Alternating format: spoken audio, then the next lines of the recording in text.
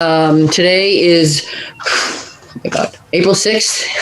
It is the, is it April 6th? Wait a minute. Yes. Sorry. It's April 6th, and this is the meeting of the Exeter Stakeholders Committee. It's 3 o'clock in the afternoon. I'm your chair, Ian Sermon, and we are calling the meeting to order. And before I do that, I want to read our message from the powers to be. As chair of the Exeter Police Stakeholders Committee, I find that due to the state of emergency declared by the governor as a result of the COVID-19 pandemic and in accordance with the governor's emergency order number 12, this public body is authorized to meet electronically. On March 31st, 2021, public notice of this meeting was posted on the town website and on the bulletin board of the town offices at 10 Front Street. As provided in that public notice, the public may access the meeting online and via phone. Please note that all votes taken during this meeting shall be done by roll call vote.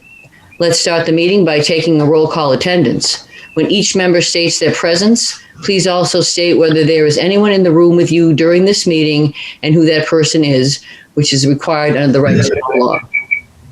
So I will call the roll and just let me know who is with you, if anyone. Elliot Berkowitz. I am here. I think you're in the meeting twice, Elliot, so. I think I'm in. How do I undo it? I'm trying to see which computer you're on. You might be in here 3 times, so. I am.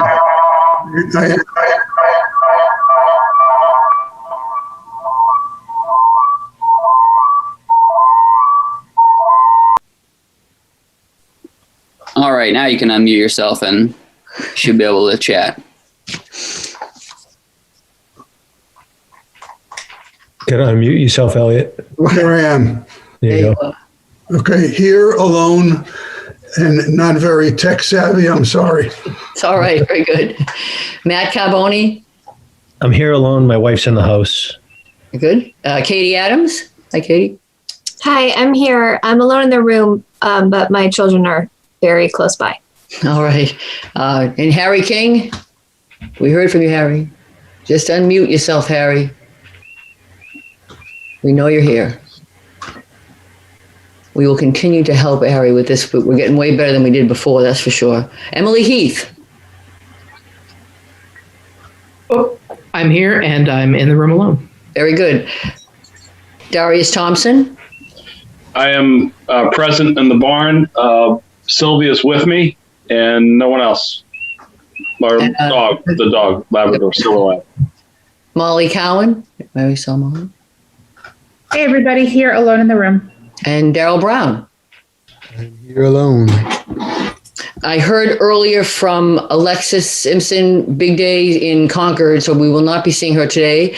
And also Tanisha Johnson had some other commitments. So, but we do have a quorum, and I want to thank everyone for attending today. Because we have a guest speaker that I'm very excited to introduce shortly. Just before we get to that, some housekeeping. First thing we need to do is approve the minutes of our last meeting. Did anyone have any edits, adjustments to the meetings of March 23rd? And if not, I'll look for a motion to approve the minutes as written. I'll make the motion to approve the minutes as written. Okay. Second. Motion by Matt, second by Darius. Any discussion? Seeing none, all those in favor, I'll call the roll. Elliot Berkowitz. Aye. Matt Carboni. Aye. Katie Adams. Hi. Harry King. Wave, Harry. Can you hear us, Harry? We cannot hear you. If you give a thumbs up, Harry, that means yes. Thumbs down means no. And for everyone's benefit, Harry and Bob did spend some time together just the other day trying to work through a lot of the technology issues that Harry's been having. So I wanted people to know we're trying to work through that. Yeah. I will take that as a Emily Heath. Emily? Aye. Keep calling till we can get back. And Darius? Yes. And the chair says aye. So the minutes are approved. I will get Harry's acknowledgement before the meeting is over. Very good. Okay, thank you. Awesome, everyone. Next, just briefly on old business, I just wanted to give a quick update, and there'll be much more to follow, but I wanted the committee to know that the subcommittee did meet, and that was the subcommittee of Darius Thompson, myself, the chief, and also Deputy Chief Monk. We did meet to begin, as directed, going through the survey results, which I think, as you remember, in our last meeting, we got a lot of results, and we're in the middle of trying to determine the best way to present everything, pie charts and summarizations and such. So we will be reporting back to the committee and then clearly to the public, but just wanted to let you know we did meet and we have started that process, and more to follow on that at a future meeting. I believe that was the only other, and the only other thing I wanted to mention, just as we are shooting toward an objective of May 24th as a date for us to present to the Exeter Select Board a lot of what we have accomplished. And that would be, and we basically set a goal with all our other goals of a date where we could actually report to them all that we have been doing. So I wanted to keep that on your calendars, because certainly if we can all attend that meeting. Now, again, that is probably can be subject to change depending on the Select Board's calendar as well. But we wanted to at least get a date certain that we can shoot for, just so we can, that way we'll have a culmination and a goal for when we can actually put everything together that we've been working on so diligently all these months. Did anyone have anything else at old business that they would like to bring up? I don't see anybody. Okay. That being said, I would like to turn it over to Chief Poulin to introduce our presenter.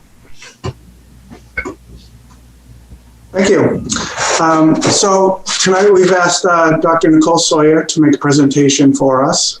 She's going to be speaking about employee mental wellness and the effects that can have on officers and our dispatchers and clerical and basically any of our first responders. She's an experienced licensed clinical psychologist with a demonstrated history of working in the mental health care industry. She is skilled in evaluation and treatment of law enforcement officers, firefighters, EMS personnel, combat veterans, and those with military background or experience. Dr. Sawyer has demonstrated and continues to demonstrate a high level of performance in training workshops, activism, crisis intervention, and public education. So with that, I'd like to introduce Dr. Sawyer. Thank you. Thank you so much for having me. I really appreciate this opportunity. The opportunity to present to a group that aren't law enforcement themselves is really wonderful, because the more education that's out there, the more we can have a better impact as a community. So I have a bunch of slides basically to go through. So I'm going to see here about sharing my screen with you, if I'm going to get permission to do that. I was not able to put that together. Oh, looks like we can hear you now, Harry. So, and I can hear everything coming in, but somehow previously people have been able to hear me, but now you can't. So yep, we can hear you now. So you can hang up and listen in, and that way you can just jump in when you need to later. Looks like we got it working, guys. Great. Thank you, Bob. Thanks, Harry. Go ahead, Dr. Sawyer. I think Dr. Sawyer should be able to share the screen, right? You shouldn't have any problem with that. Do I have... Should be able to. All you have to do is click your screen. Mm-hmm. Okay.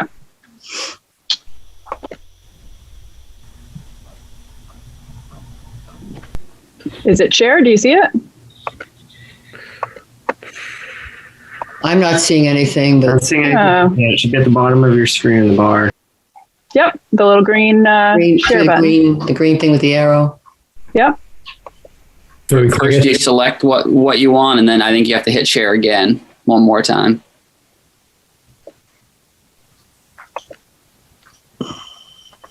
There we go. Is that better? Yeah. We have it now? Okay, great. Okay. You hired to retire. Yep. Great. Okay. All right. So, so I'm going to get started talking just briefly, and please feel free to interrupt me and ask a question, ask for clarification on something at any time. Don't let me just drone on, because I could do that. And please, so feel free to just holler, and I'll pause. So I was going to start off with talking a little bit about the pre-employment psych exam, because I think it's really important to understand that the mental wellness of our police officers begins before they even become police officers, right? It's incredibly important for us to be hiring individuals who have the emotional, psychological resiliency factors that are going to make them successful over the long term, right? So I conduct pre-employment psychological exams for 20 plus, probably upwards of 30 departments in the state. So I see a lot of candidates coming through. And here are the things that I'm assessing for, right? So we're looking for psychological, behavioral, and character problems. But those behavior problems, character problems, they have to impact the ability of that officer to safely and effectively perform their job. That's a really important distinction, right? Because I could find that somebody maybe has some behavioral issues or some psychological issues, but if they're not going to be problematic in the execution of their duties as a police officer, that's not something that I'm going to raise a red flag about. So other issues I'm looking for and assessing for: integrity, honesty, a person's ability to evaluate themselves, to have some introspection, communication strengths and weaknesses, psychological flexibility, stress tolerance, conflict management, right? So these are sort of the highlights of the things that I'm looking for. Now, of course, everyone asks the question, what about racism or other biases, right? How, are we assessing for that?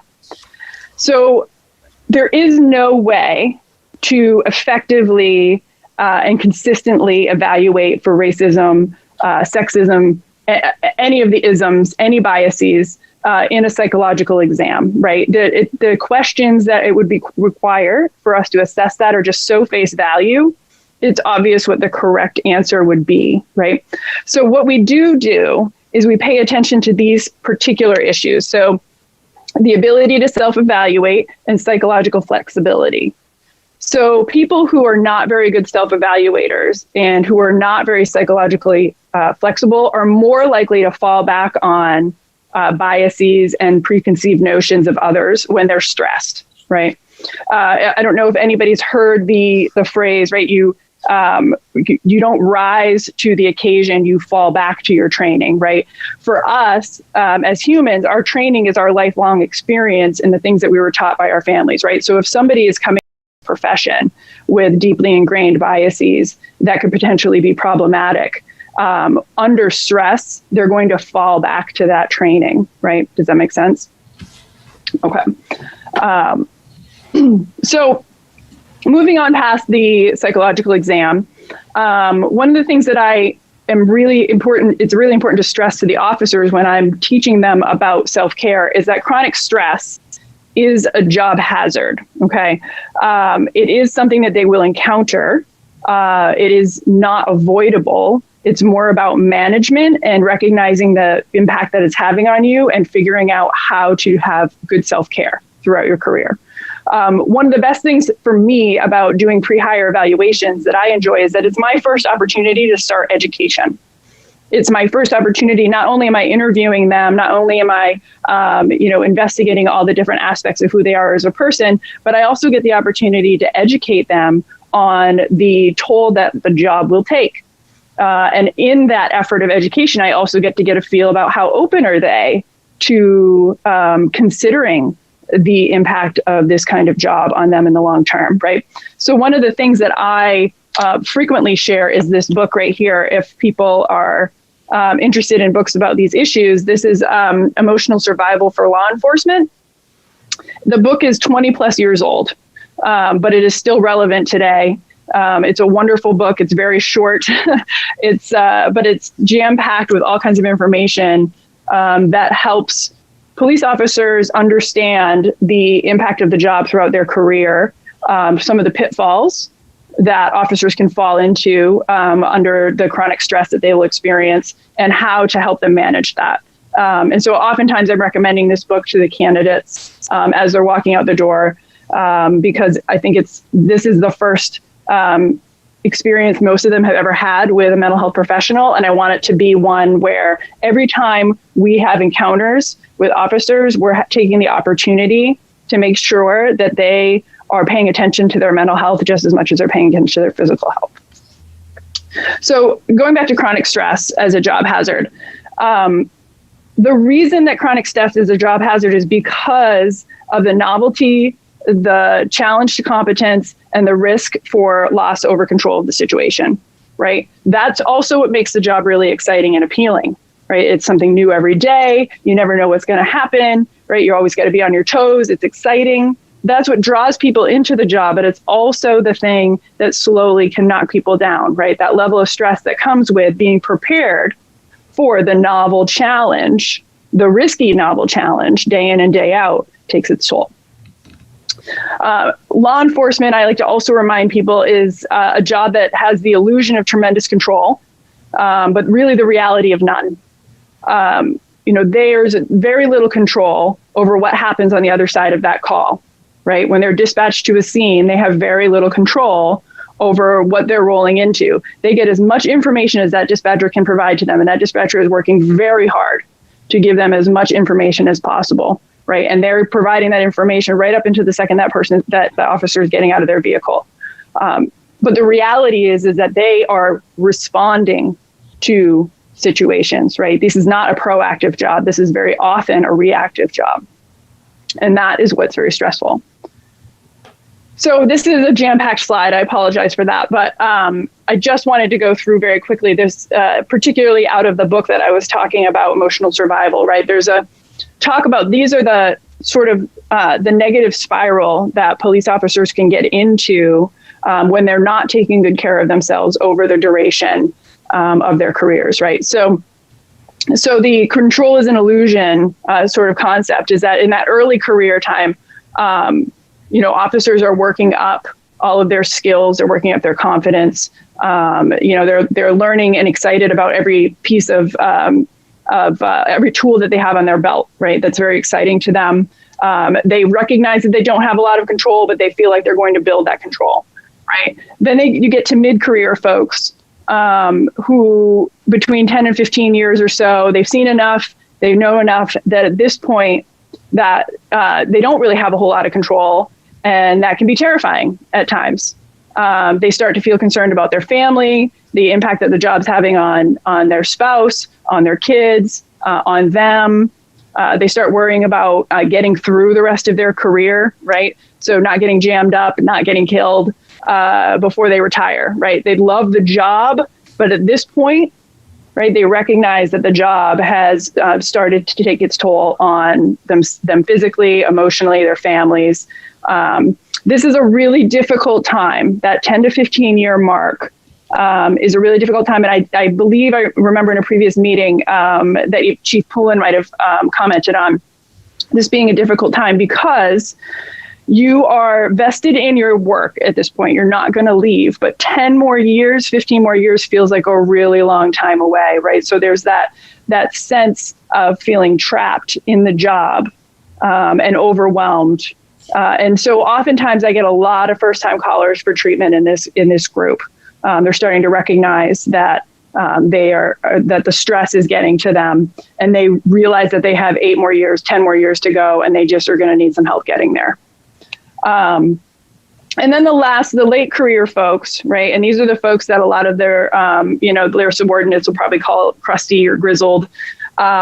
These are folks who feel like they've seen it all. Their psychological flexibility has decreased. Their willingness to absorb new information has decreased.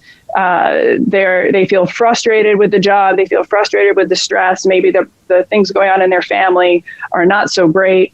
They don't have the patience to take the time to use their other skills at a scene. So sometimes these folks come into a situation and they just want to take control of the situation. They don't want to take the time to understand what's going on, to communicate with people. They get frustrated. So this is where mental shortcuts start coming in. and they start relying more on their experience and what they assume is going on rather than what's actually in front of them, right? So this is a dangerous spiral that occurs, but it occurs because of that level of stress that's going on. Their world starts to get very small, and we'll get into why that is. So chronic stress takes its toll on a body psychologically and physically. Okay, so chronic stress is the stress response system, right? We all have that. We all know what it feels like to feel stressed out. We all know what it feels like to have that rush of stress, right? We're in a traffic jam. We're trying to get to our kids' school for a parent-teacher conference, right? That we know what that rush feels like. This job demands a level of crisis anticipation at all times, right? So they're always up here. There's a low grade activation of their stress response system at all times. The average person goes only up and down with the demands of a situation. Okay, but when you've done this job long enough, your body sort of gets sick and tired of going up and down, up and down. So it just starts to hang out at this low grade activation level. Okay. So this is where the stress hormones, cortisol and adrenaline come in, right? So we all have these hormones, these get activated, as we need them. Cortisol is incredibly important for our bodies. It signals our need for food. It signals our need for water, for sleep. It's a system that is constantly reminding our body of our physical needs. But it's also involved with a stress response. So if you are suddenly encountering something, a threat of some sort, your cortisol level will increase to prepare your body to respond, as will adrenaline. Okay. Now, this is really important. And again, like I said, the average person gets these rushes and they have the opportunity to come down. But when you work in law enforcement or any sort of first responder, that system can't just go up and down all day with every new call. So it just sort of starts hanging out up there. And what happens when your body just hangs out in high levels of cortisol is that you actually experience a lot of physiological symptoms. Okay. So there are a lot of physical outcomes of too much cortisol in the body for extended periods of time. So these in particular are some issues that police officers will start to experience fairly early on in their careers. There's going to be, by the end of the careers, there's a lot of police officers who are going to say, yep, I got hypertension, I got acid reflux, I have aching joints, right? I get grumpy sometimes. These are common side effects of high levels of cortisol in the body. But the other important ones to consider is the sleep deprivation and the depression. Those are issues that certainly evolve over the course of a law enforcement career, in part because of the physiological effects of cortisol in the body being at an excess level for too long of a time, for extended periods. So stress additionally has an emotional side, right? So I was just touching on the physiological side. Which can feel frustrating, right? A lot of those symptoms that I just mentioned, when you're experiencing those, you can feel frustrated by them. And they certainly impact your mood. They certainly impact your ability to feel connected with people around you. So that's the physiological side. Now we have the emotional side, the psychological side. So absolute stressors and relative stressors. Absolute stressors are what generally everybody exposed to them will experience as stressful, right? So we can imagine what those are. And then there are relative stressors, and those are the things that it's kind of yours. It's the stuff that stresses you out. It's the stuff that gets under your skin. So the problem comes in with first responders in particular, but also, of course, with law enforcement and dispatchers, is that their life with absolute stressors is far skewed compared to the average population, right? They're responding to the absolute stressors of the average population. They're dealing with them on a daily basis. So their experience of what others find stressful and overwhelming and horrifying begins to change. They obviously can't be as reactive and as emotionally connected to the absolute stressors that tend to affect everybody else in their community, because it's their job to be there and respond to them. And relative stressors also become an issue because the kinds of things that do get under their skin, the things that do bother them, it's very difficult for them to talk about those things, to acknowledge those things, because they don't necessarily know if their colleague, their police officer next to them, feels the same way about what stresses them out. And they certainly don't want to come across as being not able to handle certain aspects of the job if they were to bring it up. So this kind of stress is part of what starts the process of silencing among first responders, talking about being willing to talk about the things that are overwhelming to them, upsetting to them, they may need help with. One, they're isolated already from their community because their perspective on absolute stressors is already skewed. They don't quite fit in. They don't have the same perspective. And two, the things that do upset them or the things that are their relative stressors, they don't necessarily feel comfortable talking about because they don't know if the person next to them is going to relate to them. And they don't want to necessarily come across as weak or unable to handle certain aspects of the job. Does that make sense? Are there any questions or anything so far? Anyone have any? No. I had a quick one, but let me see if anyone else has one. Darius, did you have something? No questions. No.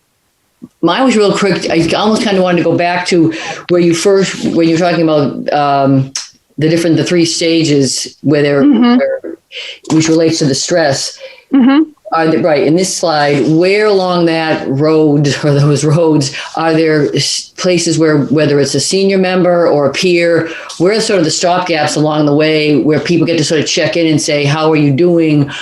Kind of before we get into where you went next. Are there places along the way? And you can save this question to the end too, even back on the hiring, how did you even take the test, or what are the tests to ask to find out if people are self-aware and all the rest of it? And I know you'll get to that, but those are the couple of things that I'm seeing as you're going along. Right. And I'm glad you brought that up, because we will get to some of that as we move along. But in terms of stopgaps and opportunities, right, historically, there really have been none.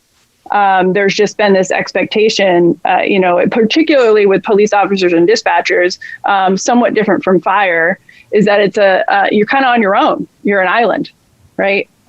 You go out on patrol, you do your job very independently. You don't necessarily have those opportunities to interact with people in a way that would allow sort of the touching base about some of those issues developing. And even if you did, the culture historically has not embraced that. That is certainly changing. And we'll be working, getting to that as we're moving through here. But historically, there haven't been opportunities for people to sort of self-identify like, oh, I'm going down this road and I need some help. But hopefully I'll be able to answer your question more thoroughly in a minute. So the first casualty, right, when you start a law enforcement career, and we're talking about early careers, right, is oftentimes, not always, right, this is sort of vast generalizations. I hope that's really clear. But is often old friendships, right? So pre-law enforcement friendships frequently suffer when a person first becomes a police officer. At first, that police officer is, so invested in learning all of everything they need to know about the job, getting to know everybody in their department, really excited about the work, that they don't necessarily notice that that their old friends that are not law enforcement or first responders of some sort have sort of fallen off. Those friends start to feel as though that person is, avoiding them. They're never available. They don't want to hang out with them anymore. And then over time, that officer might begin to think or feel that those old friends who live a different lifestyle than them, because law enforcement is a lifestyle, just don't get it. Right. They don't live in the real world. They have no idea what's going on in their community. Right. Some of that feeling that other people are naive because they don't necessarily, they aren't exposed to the things that they're exposed to. And that makes them feel even more isolated. So again, going back to those relative stressors and those absolute stressors, when your concept of those stressors begins to change, it makes you feel very unable to connect with people who don't share those points of view. And that makes the world of the police officer much much more narrow. And that can be very dangerous. And this happens very frequently without education, right? If we don't have the opportunity, again, it's a part of early education for police officers, without saying, hey, you need to hang on to those friends. They bring balance to your world, right? You need to hang on to those hobbies that you did before law enforcement, because they bring balance into your life. Without that kind of education, people can very easily slip into the law enforcement persona and have a really difficult time pulling themselves out of it. So at this point, when they've drifted back away from those folks that bring them balance, oftentimes they lose the ability to consider other viewpoints. They lose that ability because their experience of the world is very, very narrow, right? They have had to absorb a certain amount of cynicism in order to survive, right? So they have learned to look at their world in a different way. They've learned to observe people in their community in a different way. They've learned to communicate with people in a different way. And that's absolutely imperative for survival. The problem is that cynicism doesn't work so well in your civilian relationships. It doesn't work so well in your marriage. It doesn't work so well with your kids. And it's certainly not good for mental wellness. But how do you find that balance? That's the struggle, is how do you find that balance between employing enough cynicism to keep you alive on the street, but not bringing it home to your family? That's a real struggle. And making that psychological shift, having that psychological flexibility, like I mentioned in the pre-hire, is incredibly important, because it is difficult to make that shift back and forth, but it's incredibly important to be able to make that shift back and forth. And these are concepts that are relatively new in terms of educating police officers about. Some officers were fortunate enough to have mentors early in their lives who shared this sort of wisdom with them. But lots of times officers are left to figure this out on their own, and some have more strengths than others in this regard. So I just want to do a quick word association just to demonstrate this a little bit, right? So, I mean, we don't have to, you can just think in your own mind, what kind of association do you have to a public restroom? Like, what comes to mind? When you think about Bible camp, right? What comes to mind when you think about a Bible camp? And thinking about a Little League coach, what do you imagine when you think about a Little League coach, right? So as a civilian, you can look at these things and you have your perspective, right?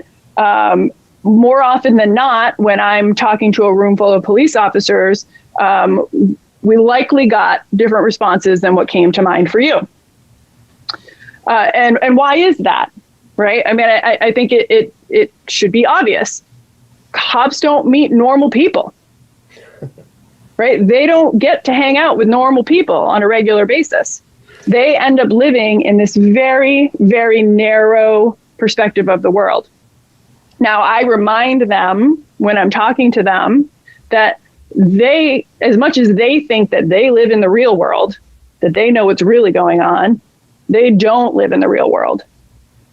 We live in the real world. The rest of their community is living in the real world, right? They're living in this very, very narrow sliver of society. Their job is to protect all of us from that narrow, narrow sliver of society, right? But that is not the real world.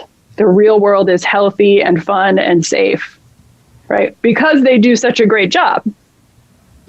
But it is incredibly important for us to remember that cynicism, that stress, the negativity that can start to come over a police officer if they're not taking really exceptional care of themselves over the course of their career, is because they don't meet normal people and they start to lose sight of what normal people are like. And again, that falls into their social relationships and making sure that they're maintaining balance in their lives with their families, with their friends, right? So this leads us to this concept of burnout. Because when you're not meeting normal people, when you are feeling stressed, when you're living in that narrow sliver of society, right, burnout can set in pretty quickly. you can start to feel like nothing that you do ever matters, right? It doesn't matter. We're going to arrest the same person over and over again. Oh, we're going to that house again. We're getting called to that place again. It's frustrating, right? So they start to experience, moodiness, fatigue. They start to withdraw, that cynicism that we talked about, right? Irritability, increased interpersonal conflicts, right? Because if they're fatigued and moody and withdrawing, things are probably not going so great at home. So there's frustration with that. But one of the key pieces that I point out when I'm educating police officers about their wellness is this concept of feeling underappreciated and overworked, and how that is like a glaring neon sign for burnout. The reason for that is because the vast majority of police officers and dispatchers did not go into this line of work because they thought they were going to make $1 million and have a bunch of trophies and plaques on the wall, right? They didn't go into this line of work because it's fame and fortune. They went into it because it's an incredible opportunity to serve a community. It's a noble profession, right? It was something to be proud of. It was something that was exciting, right? So all of those pieces outweighed the fact that it's not, a fame and fortune kind of profession. But as you move through your career, as you start feeling the weight of the job, as you start recognizing that you make a lot of sacrifices emotionally, physically, that your family makes a lot of sacrifices, right? All of a sudden, the scales start to tip, right? That like, oh, I didn't need a ton of money because this part was really cool. Now you start feeling that sacrifice maybe isn't worth it.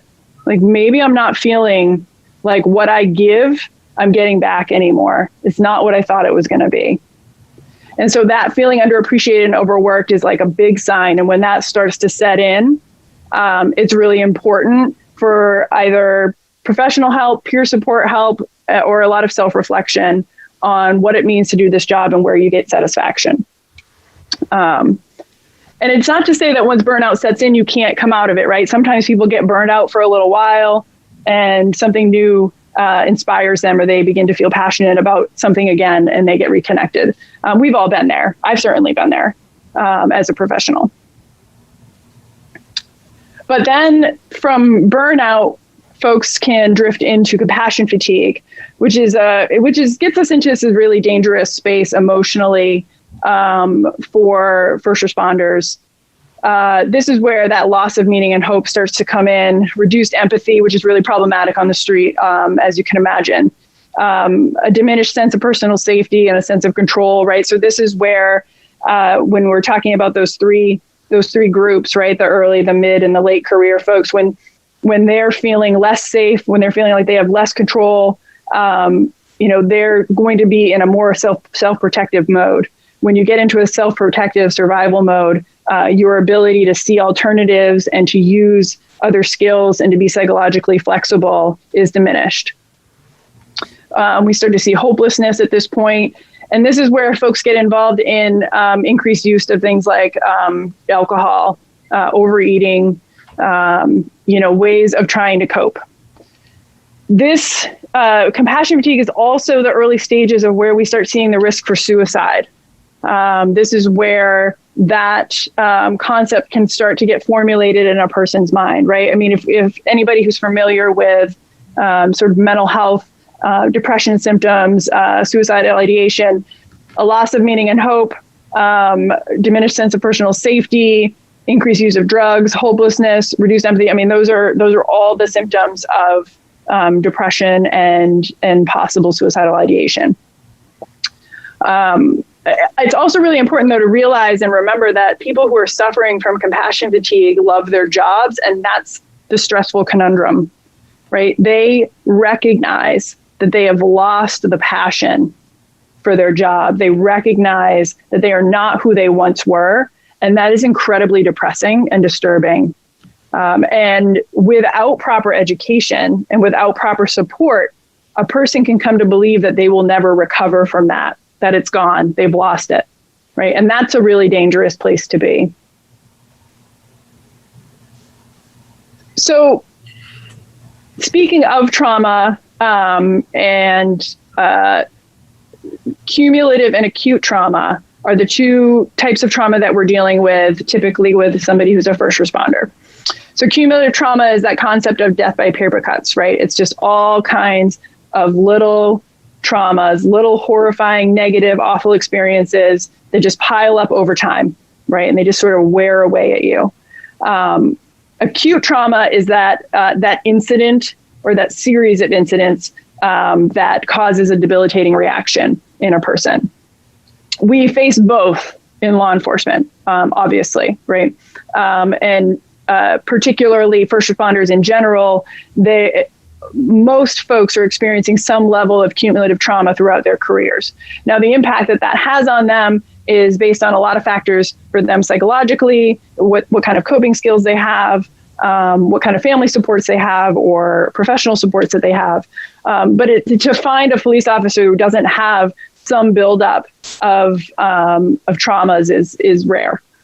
The acute trauma, that big trauma, is often, something unexpected, something very extreme or severe.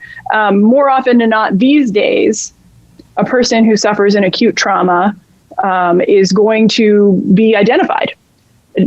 These days, that certainly isn't historically true, but something terrible happens now. More often than not, upper command is going to say, "Hey, that was pretty awful. We all recognize that was pretty awful. How are you doing?" Right? Or they're going to provide some sort of supports.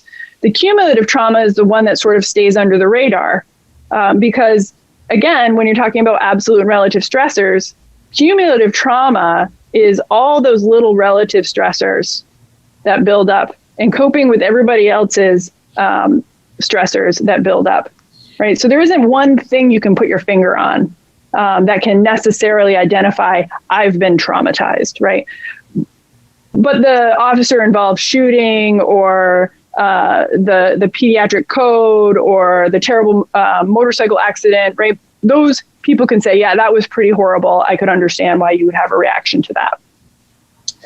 So it's important to know the distinction of that, because when we talk about interventions, like debriefs and wellness consults, right? When we talk about the opportunity to help officers and dispatchers in the wake of trauma, it's important to recognize that we don't always know that somebody is suffering with cumulative trauma unless there are other signs and symptoms going on.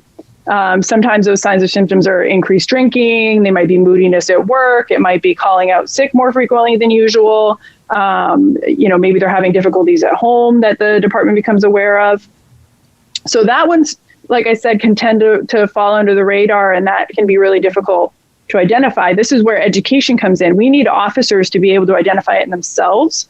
We need leadership to be able to identify it in their subordinates so that we can provide them the interventions that they need in order to help them get over that hump and have a successful, healthy career. Dr. Sawyer, real quick. Yes. I just see two hands. So I want to double check to see if those, both Molly Cowan and Katie Adams have their hands raised. So I'm guessing they have a question or comment. Sure. You said, is that okay if I just interrupt you for a second? Of course. Okay. I've been scanning on the side to see what's what. Honestly don't know whose hand is up first. It was Katie's. It was Katie. Okay. Thanks, Molly. Go ahead, Katie. I had two questions, and you can either address them now or at the end, whichever you feel is more appropriate.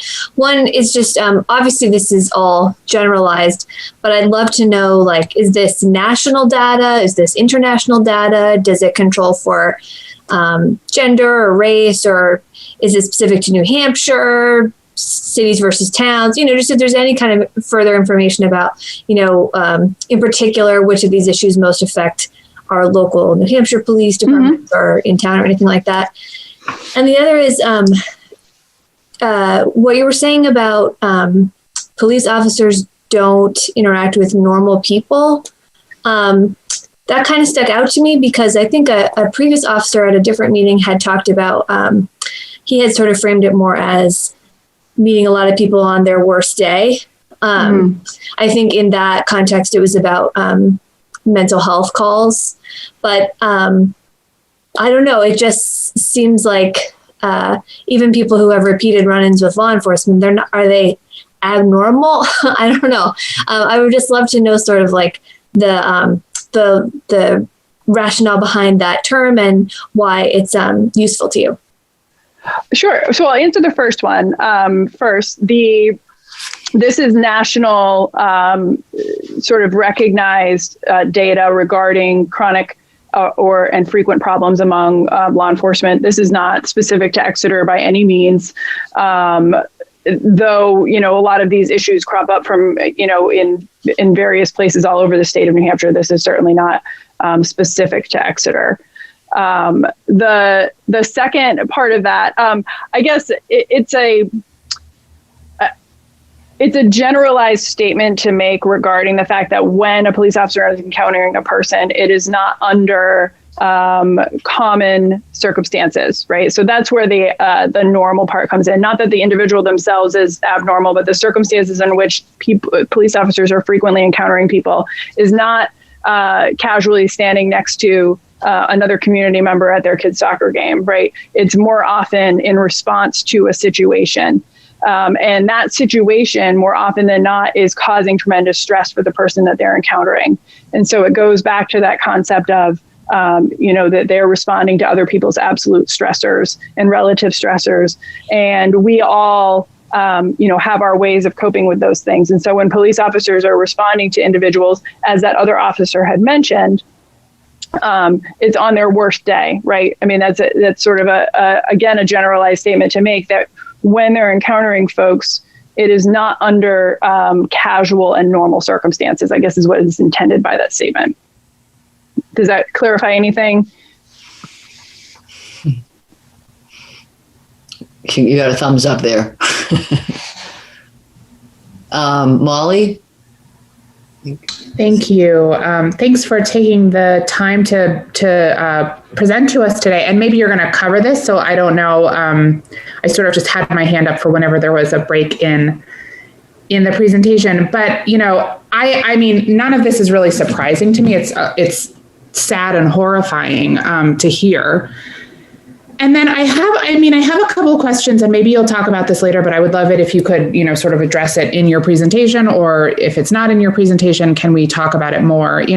How can we both care for our first responders, police, track what happens to and then I am also wondering how we track what happens to the community when we have officers who are serving with trauma, either the accumulative trauma or the acute trauma, and how does the compassion fatigue translate to treatment of the community? And so maybe that's, do you have the data that looks at that to sort of talk about what happens when a community is being policed by a police force that is understandably under a lot of pressure and stress with the trauma? Well, I think that I will start to address that towards the end here, but if I don't, let's make sure that we circle back to it. Great. Does that sound good? Yeah. Okay. Okay. So in terms of some of the interventions, right? So we can start talking about opportunities to help police officers not get sort of sucked into this negative spiral that can occur. Are the debriefs and wellness consults. Apologies. So post-incident debriefs is a group event. People have probably heard of them before. We have a wonderful team in the state, Granite State Critical Incident Stress Management Team. These are debriefs that a mental health professional or a team will come in after an incident, a significant incident. It could be a line of duty death. It could be the, an untimely death of a child, those sorts of things that are clearly identified as like, this is a pretty awful scenario. It could be a terrible homicide. So the mental health professional comes in, meets with the entire group of responders who were part of the scene. And they have an opportunity to work through, from a psychological standpoint, from an emotional standpoint, from a psychoed standpoint, what happened, how people are doing. We get to provide a lot of education, right? So those are really wonderful opportunities that have not always existed.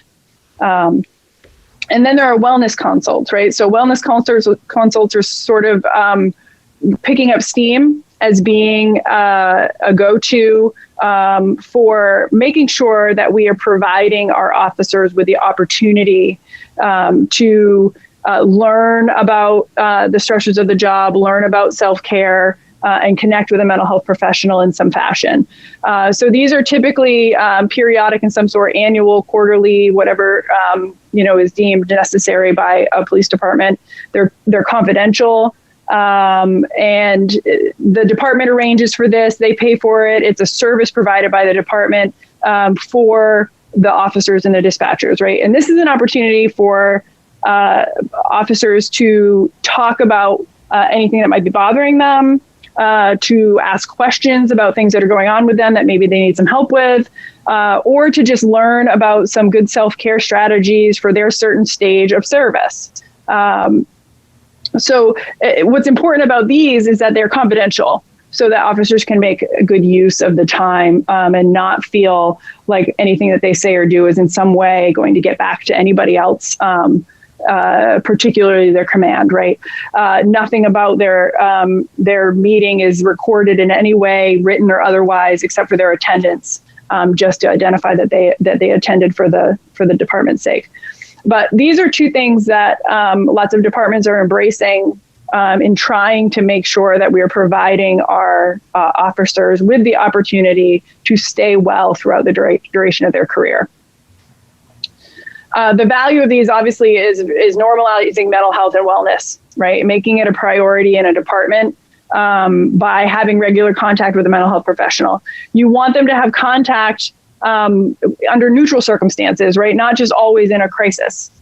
So just doing debriefs is great. I mean, it's better than nothing, but it's best that police officers and dispatchers feel comfortable with a mental health professional prior to the need.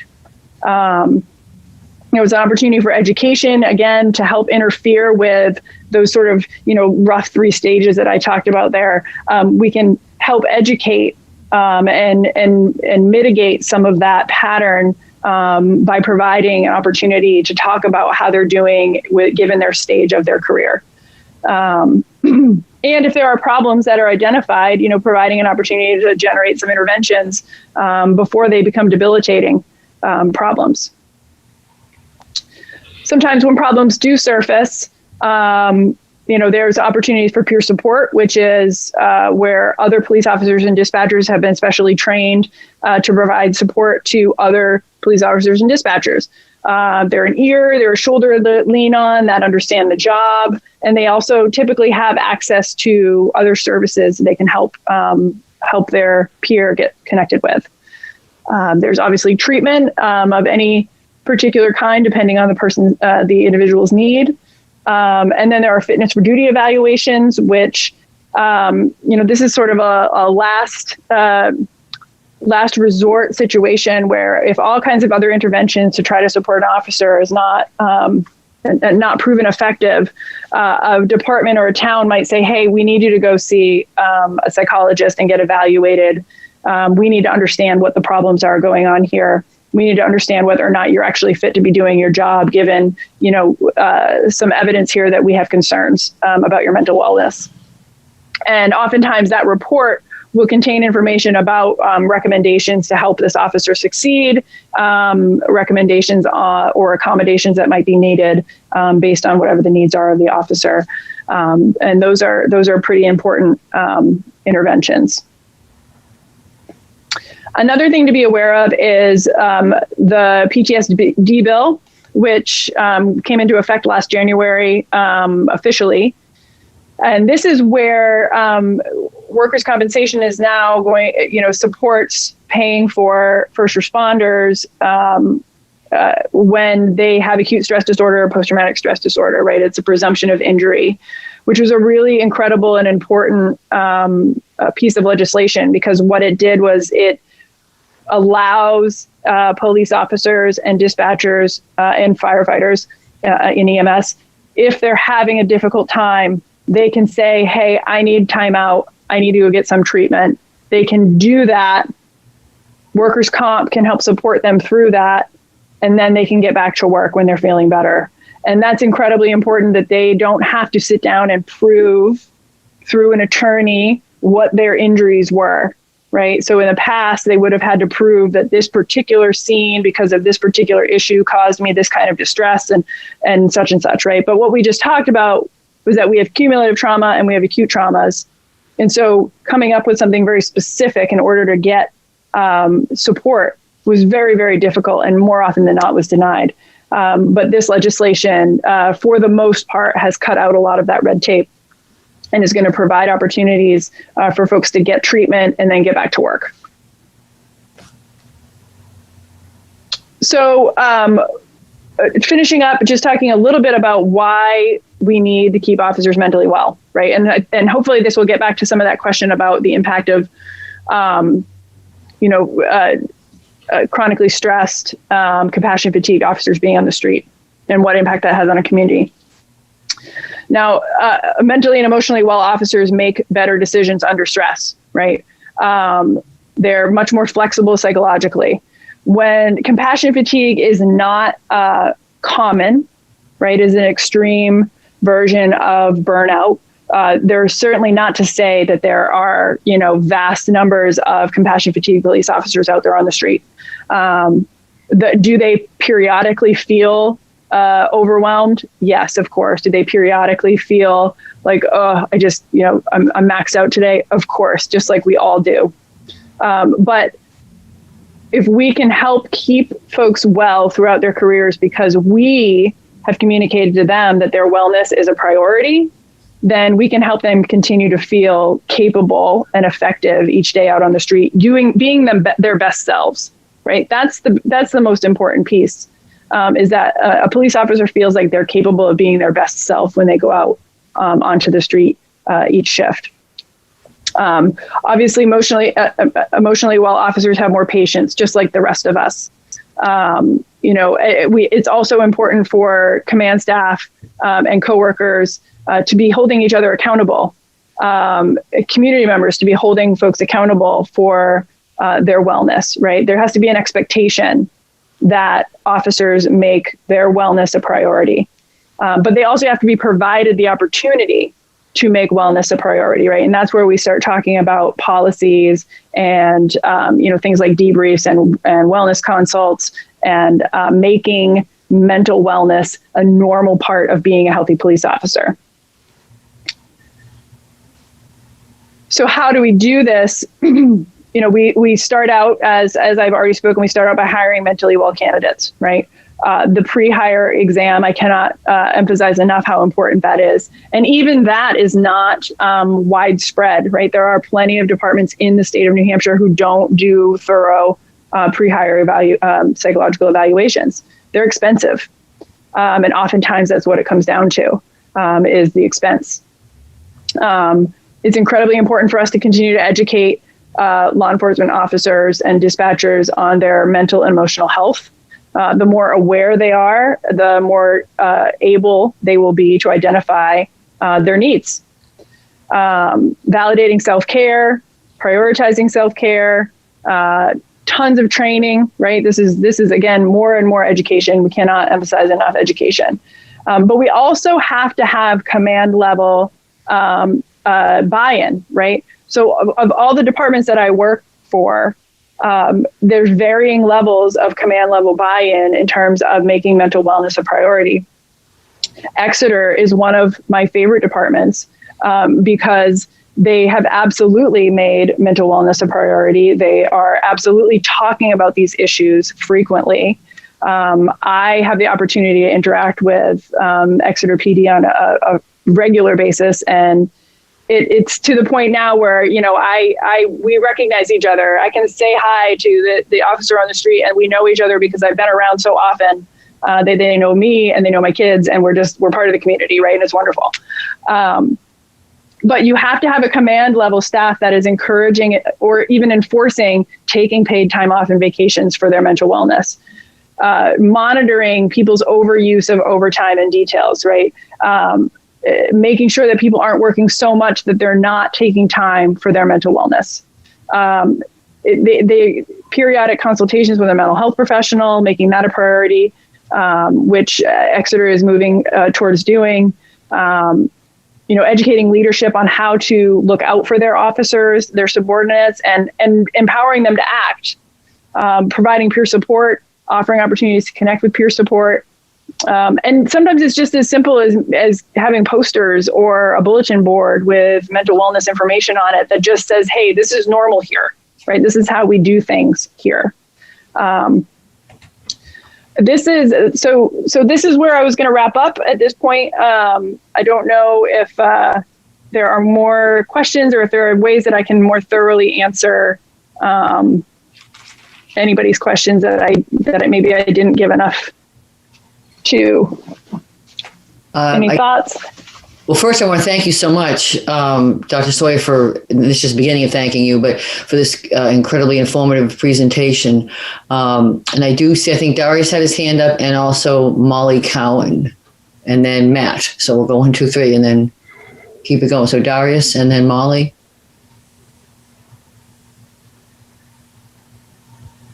I think Molly's hand was up from before, unless she had another question. Right. Yeah. So I'll wait until she's done. Go ahead, Molly. I think it was actually left over, but I'm happy to have a chance to to talk. I think it was super interesting. Thank you so much for your time and your presentation. I don't know that I feel comfortable with the totality of the answer. Like I'm looking for more statistics. And if that is available, that would be helpful. I am really encouraged to know how much work the department does with you. That's really great to hear. So when you're asking about statistics, what kind of statistics are you asking about? Well, I suppose I'm looking for, this is what happens when we know we have a police force that is in that sort of second category or that third category. And so what does the policing look like in a community? Because the other thing that it sounded like is there is almost no way to have a police force that isn't, all of them aren't experiencing some kind of trauma just because of the nature of the requirements of the job. And so how can we also be helpful and supportive as a community while also, looking at protecting the community from the impacts of being policed by a traumatized force, that there's literally no way to get around that just because of the nature of the job. Well, right. I mean, I think it's really important to understand that police officers as a whole are incredibly resilient people. Absolutely. Right. So we're not talking about most police officers are walking around the streets like barely hanging on because they're so traumatized, right? I mean, I really want to make clear that is in no way what I was attempting to portray. But it is important to understand that there is what we expect of police officers, right, is in terms of their emotional resilience and their tolerance for stress and traumatic experiences is well above what we expect of the average citizen, right? And so understanding that means that we, there's a certain type of coping strategy or strategies that are employed by police officers and dispatchers in order to cope with that sort of abnormal level of stress. But that is not to mean that those coping strategies in some way are a danger to the community that they're policing. Are there police officers out in, all over the United States who are just maxed out and emotionally fatigued? And absolutely, of course. Is there a way for us to prevent that from happening?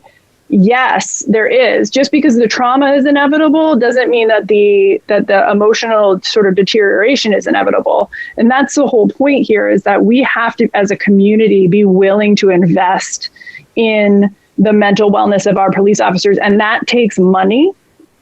And that's the part that gets really difficult, right? Because in order for us to invest in the mental wellness of our police officers, to make sure that we have the most resilient officers out there on the street, the most capable of managing the stress and trauma that they're encountering, we have to be willing to invest in their education.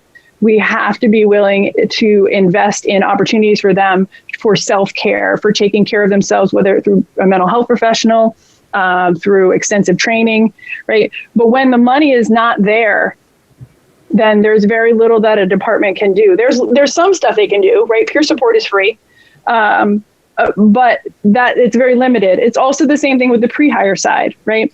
If a department isn't supported in doing extensive pre-hire psychological evaluations, if they don't have the means to do that financially, then they're not able to make sure that they're getting the cream of the crop into their department, right? So they may be taking in people who already have mental health challenges or psychological problems that are going to make it more difficult for them to succeed. So I think as a responsibility from a community side is to understand that if we want mentally well officers, we have to provide opportunities for those officers to get the training and education that they need. I have so many other questions. Because, I think a lot of what we're expecting, I agree, we're expecting our officers to do all of these sorts of things that they are just not trained to do. And how fair is that to them?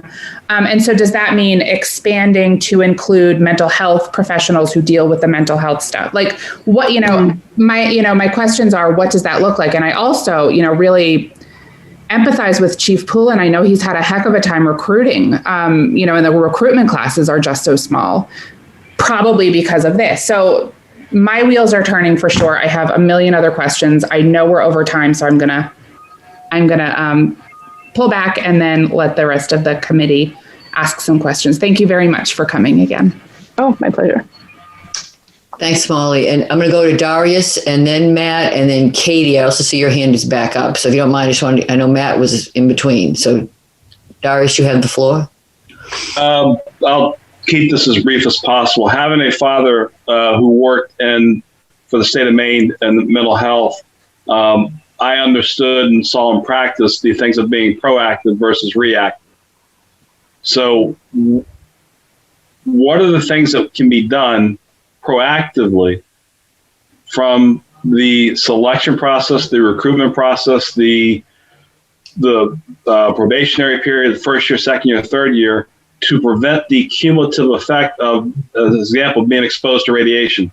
You can only be exposed to so much radiation before, you have radiation poisoning. That's a fact. Right. So what proactive things can be done to be given the tools as officers are trained, from the leadership on down to peer to everything that's being done, to what we as citizens in our community can advocate, that our police departments have the financial resources to do what they need to do in order to be trained to handle the day-to-day stressors. Not only mention that you're going to see people and interact with the, quote, the real or unreal world of seeing people on their worst day. Right? When you interact with people and see them on their worst day, that has a cumulative effect. We give them tools on how to de-escalate, how to escalate force or use of force, but we also need to make sure we're advocating, giving them the tools and the resources necessary to handle those things, to be able to openly talk about that. And we also need to educate the community that, hey, we're all human, we're all dealing with these things, as we all have with this whole past year. So I think looking for statistics and other things is great, but I'd like to, focus more on what are we as our department here locally doing to be more proactive to get the officers the resources that are needed, so that we become the desirable police department, as an example, a shining example, we start attracting more people. So if you offer all these things, it starts to then help feed change that perception that becoming a police officer is a very hard thing. The recruitment is so hard to do, but if you give them all these different tools and options, then it becomes more viable potentially. So it's kind of a question and observation. Don't know if you have an answer, but. Well, I just wondered, Chief, do you want to talk about what you're doing in your department proactively? Sure. So like the doctor spoke earlier, we're looking at doing the wellness, the one-on-one trainings with her. That's something that we're going to make happen this year, but we're also going to budget for next year. So when we talk about a cost to the community, those are things that cost, right? So next year, when we're working on a budget and you see an increase in training for mental wellness, that's going to be why. So we'll obviously have be able to back that up, and you folks are now educated on that. Everybody watching is going to be educated on that. So that will help push that through. Also, we're more, obviously more in tune to what's going on, call to call. When we hear a call that might be difficult, the deputy chief and I and the lieutenant, we'll say, hey, we think that call was a little difficult the other night for everybody involved, dispatchers, officers. We'll reach out to the officer in charge, we'll reach out to the dispatchers and the officers and say, listen, we're here for you. The doctor's here for you. So, we make sure those opportunities are available. If it's absolutely something that we're like, okay, we're definitely stepping in here, we'll make it a, quote, mandatory session. That way, there's no stigma attached to going to see, the doctor or anything like that, or having the doctor come in and do a debrief with everybody that was involved, EMS, fire, police, dispatch. So those are things we're doing. And so to that point, as a resident, speaking as a resident, I wholly support that. And it's something that's a no-brainer that should be done to ensure that, again, that you have all the tools and everything necessary to perform and exceed at your job, right? That's to ensure success. If that's what it takes, we need to make that investment. Just as we need to make an investment in infrastructure, fix our pipes and everything, we also need to invest in this infrastructure as well to make certain that you have those tools and resources to do what you need to do and to be prepared. So. And I just want to add, because our police chaplain is part of this board as well, Emily Heath, and she's also someone that responds and will reach out and talk to the officers. They'll ask me, how's that officer doing? They're very much in tune with what's going on with the PD and what our officers are dealing with. Thank you. Okay, Matt, and then Katie, and then Daryl. I see your hand, Daryl. So, Dr. Sawyer, thanks for the brief. It was interesting. I'm a 30-year retiree of federal law enforcement, and everything you say is right on the money.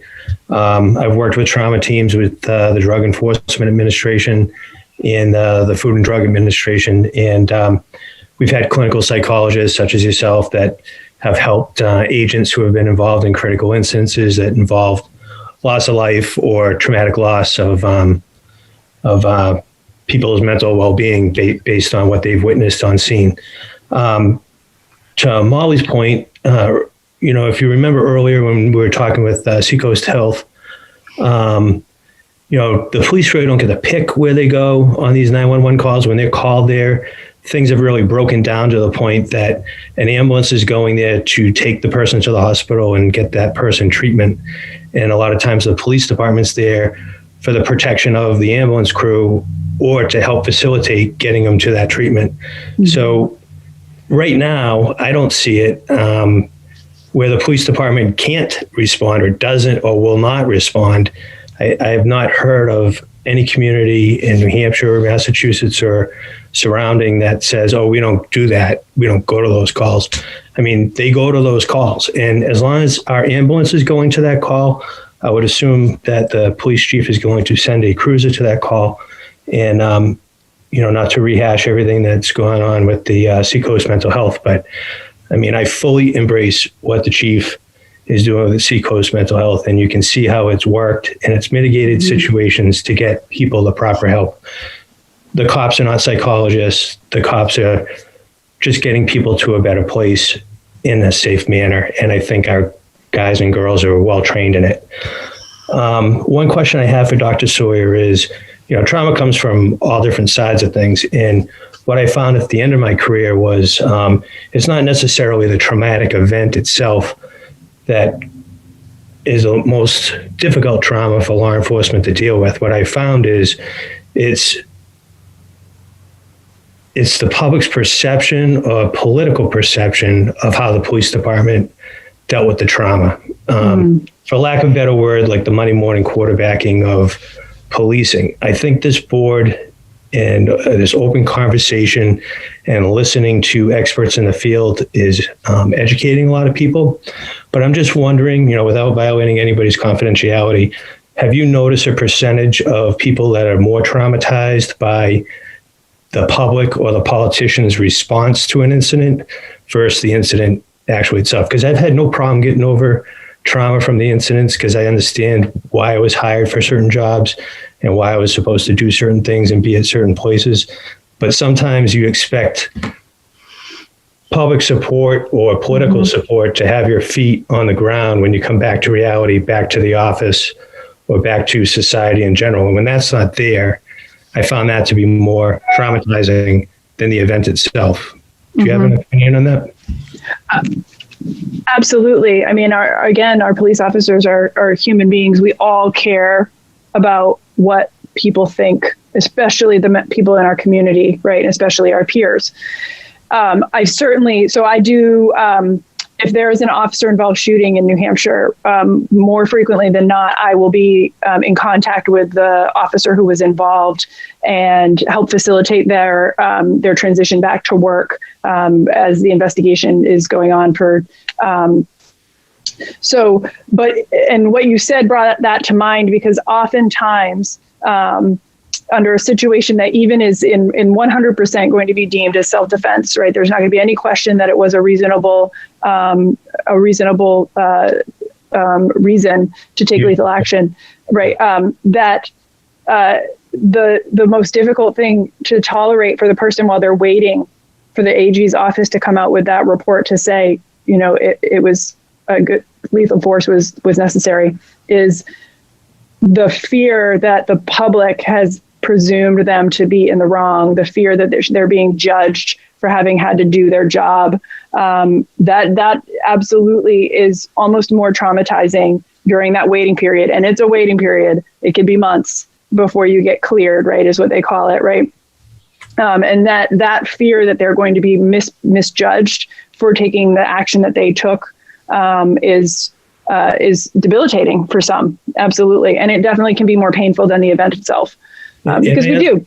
I understand that, because I've worked inspector general jobs, and just like the attorney general on a federal level have witnessed it. And the investigation to get to the truth is just as uncomfortable as the incident itself, because people have that perception. And I appreciate you sharing your thoughts with that. Thank you. Yeah, my pleasure.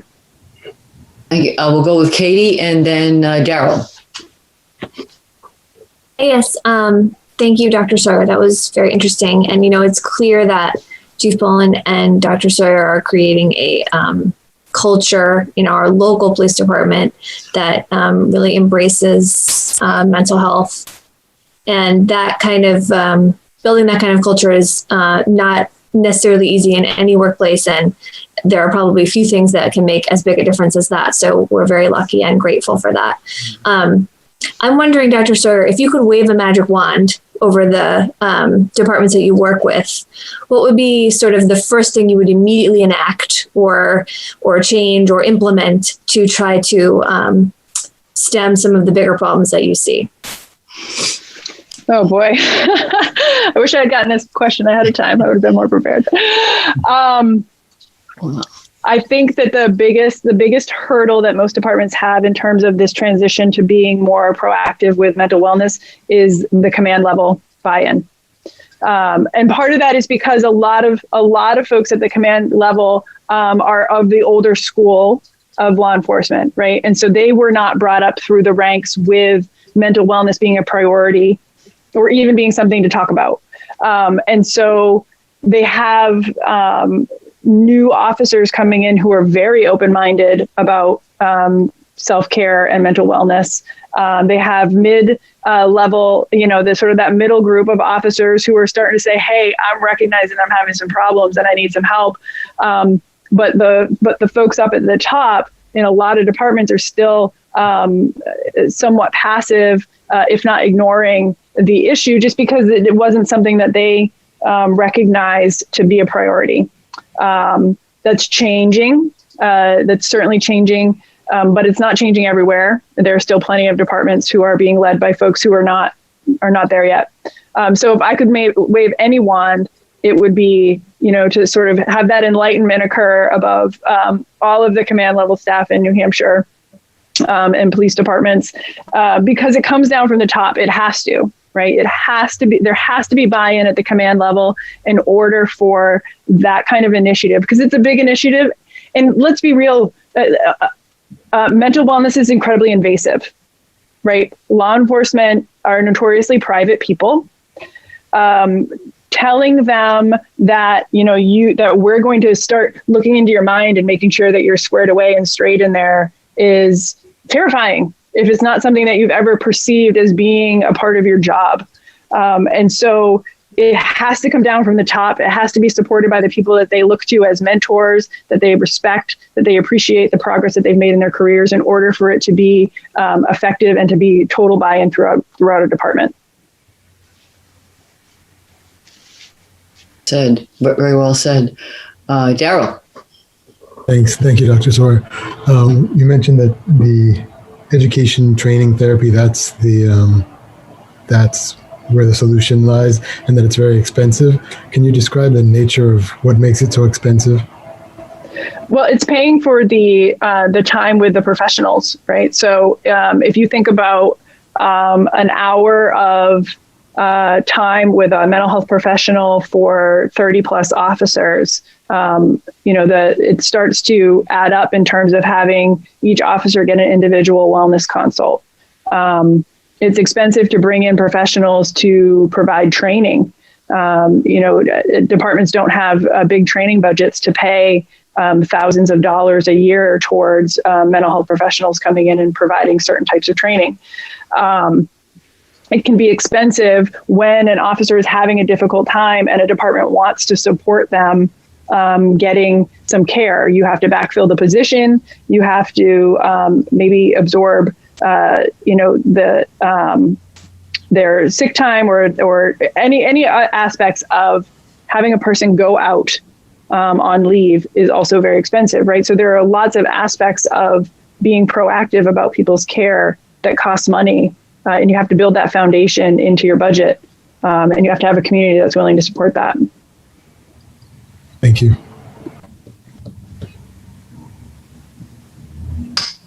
I don't see any other hands raised, but I know we've gone over, but this has been such an important part of what we're doing here. Are there any of our officers here, staff, or anyone else who wants to question, comment to Dr. Sawyer?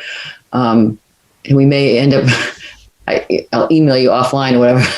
But I, for one thing, this has been tremendous. Go ahead, Mike. Detective Chief Mike. Unmute yourself.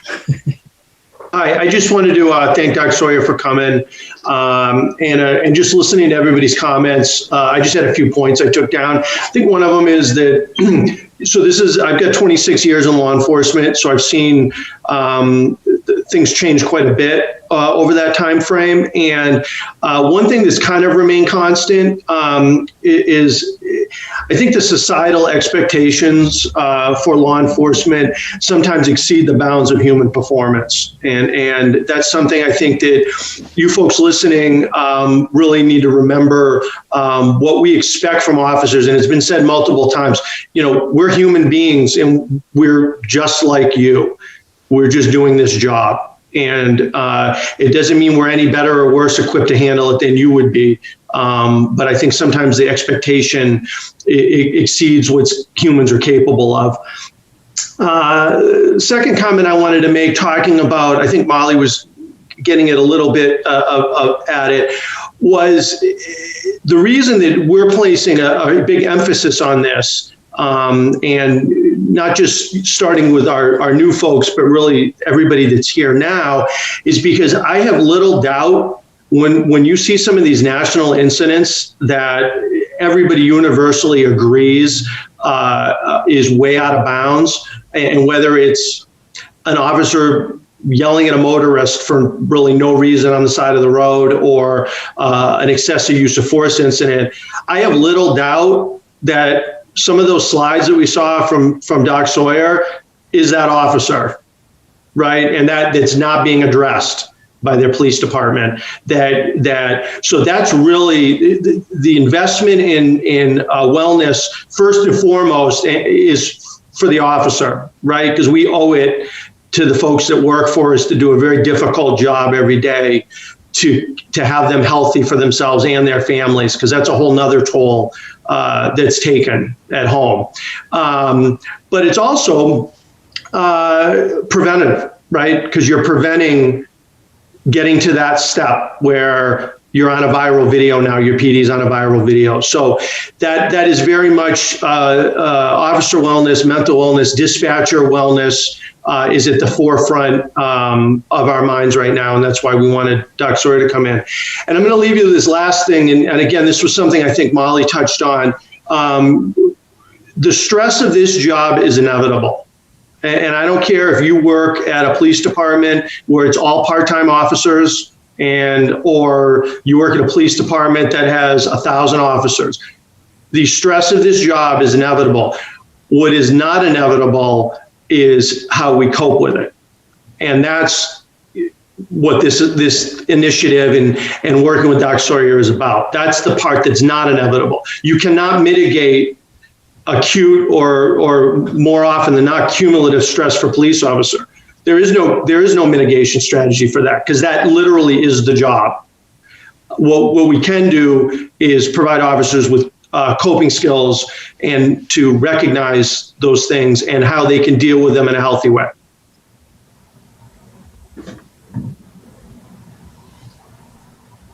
Well said, Detective Chief. And Dr. Sawyer, anyone else? Did I miss anybody? No, we went over, but I want to make sure. Go ahead, Darius. So to that point, I think anyone that's dealing with the public, being our town employees, just put it into perspective. Anyone interacting with the public, there are stresses that occur in all those interactions. I'm not trying to put police officers down or first responders anyway, but the fact that we need to invest in our mental health and our mental well-being goes across not only our police department, first responders, everybody that you meet, everybody you interact with, everybody that you work with. Everybody that it's important to be able to, talk with someone, get the skills, and the more that we can do to message that and support that as a community, the better off all of us will be. So. And a quick point of personal privilege, if I may, Elliot, good to see you. Thank you very much. It's nice to see you. And I said this the last time as well, Emily, thank you. And everybody here as well, but, and again, we had an event that happened recently at the Capitol. It impacts me. I'm not there in the Capitol, but it impacts me because, when someone makes the ultimate sacrifice, it's just, it hits you. I know we have a relatively safe community here in Salem, but those things, they do add up. They do have an impact, even though we're 700, 680 miles away. So that's all. But thank you, Dr. Sawyer. Any final comments, Dr. Sawyer or Chief Poulin? We're good. Again, I can't thank you enough, and I don't want to reiterate, but if we take nothing else away, it's the deputy chief said it, the proactive part, and that's kind of where I was going. I asked my preemptive question all the way back to hiring and how you actually, get right from the get-go, and then where are those governors along the way where it's like and it clearly comes down to the wellness check, and just everybody checking on each other, so that you get there before, as the deputy chief said, you're not going to get rid of how their days are, but there's no way to mitigate that, but what can we do with the coping skills? And this is a very important meeting that we've had, and I really can't thank everybody enough, especially Dr. Sawyer for coming and sharing all that with us. A lot of data for us to look at, and help us with our mission here. It was absolutely my pleasure. Thank you so much for having me. If you have, if there's anything else I can offer, any more questions or anything, feel free. I'm sure the chief or deputy chief can get you access to my contact information if you don't already have it. Please feel free to reach out. And if there are statistics that you want from a national standpoint or even New Hampshire wise, I can get access to those. I'm a member of lots of different organizations that have those kinds of statistics. So if there was a specific question you had, I'd be certainly more than willing to try to find the answer to you for you. I guess there's one question with that. With the statistics, we can look at that's great, but what would be the statistics of not doing this? What would the statistics be to not the inaction of not supporting or not funding these types of programs? It's great to have numbers, all the wonderful, but I'm looking for the things that will support us being proactive versus reactive. That's what matters. And I will say that the chief and the whole department has been more proactive than reactive. To Darius's point, if an officer meets with the doctor and finds that they've tapped out even before retirement, there are options for disability retirement. There are options to transition. I think the chief and the deputy will agree with this. No one can work at 100% patrol, high level stress for an entire 25-year career. That's why these guys move into different jobs with different specialties.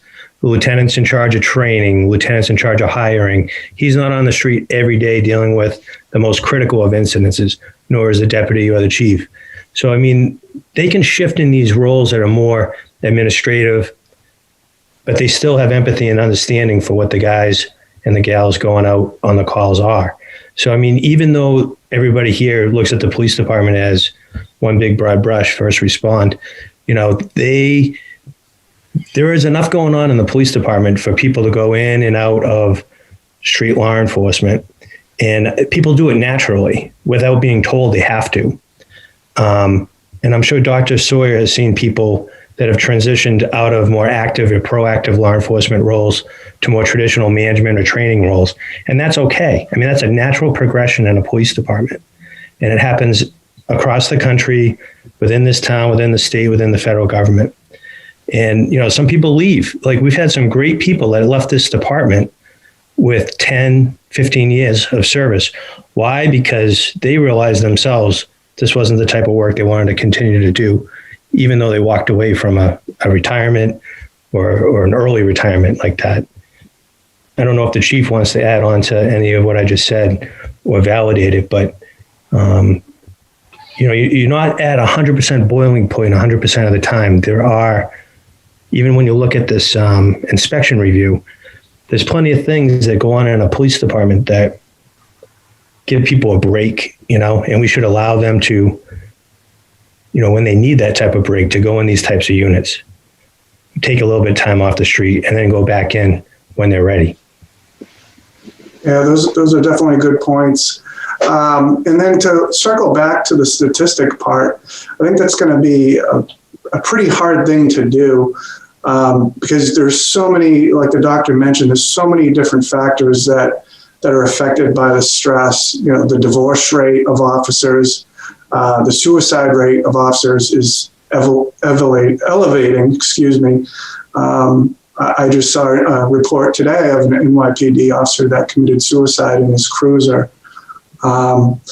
So how are you going to put a statistic to alcoholism or drug abuse? And then the statistic of as the deputy chief mentioned, the excessive use of force, the officer complaints. Those are all things that can accumulate from the stress. So those are hard to statistify. Mm-hmm. But I wish, I wish I had more time, because there's so much more that we can talk about in terms of the little nuances and signs and symptoms that start to crop up in an officer that are observable in terms of their interactions with the public, in terms of their interactions with their families and with coworkers, that are the markers that when leadership is trained well on mental wellness, they learn to recognize and then can intervene before those things get out of control. But we didn't have time for me to go through all those sort of nuances, but it is an awareness piece, and there are opportunities for us to intervene with officers, who are maybe being a little testy with a person in the community beyond their normal behavior, and someone else can take them aside and say, "What's going on? that's not you normally, right? This is unusual for you. We're going to address this now because we don't want to see it escalating in any way further than you just having a few words with that community member, right? But again, if there was more time. Well, I think you've given us a lot to work with, and who knows, maybe we'll have you back. Yes. Okay, I think I really appreciate everyone taking the extra time. I know it's 4:35, but I think it's been an excellent conversation today. In terms of the agenda, I did not have any correspondence. So our next order of business would just be a motion to adjourn. Motion to adjourn. I second it. Oh, Motion and second. All those in favor, I will call the roll. Elliot Berkowitz. Aye. Matt Carboni. Aye. Katie Adams. Aye. Emily Heath. Aye. Darius Thompson. Aye. Harry King. aye. Excellent. All right. Yes. And the chair says aye. Thank you all. Thank you all so much. Thanks.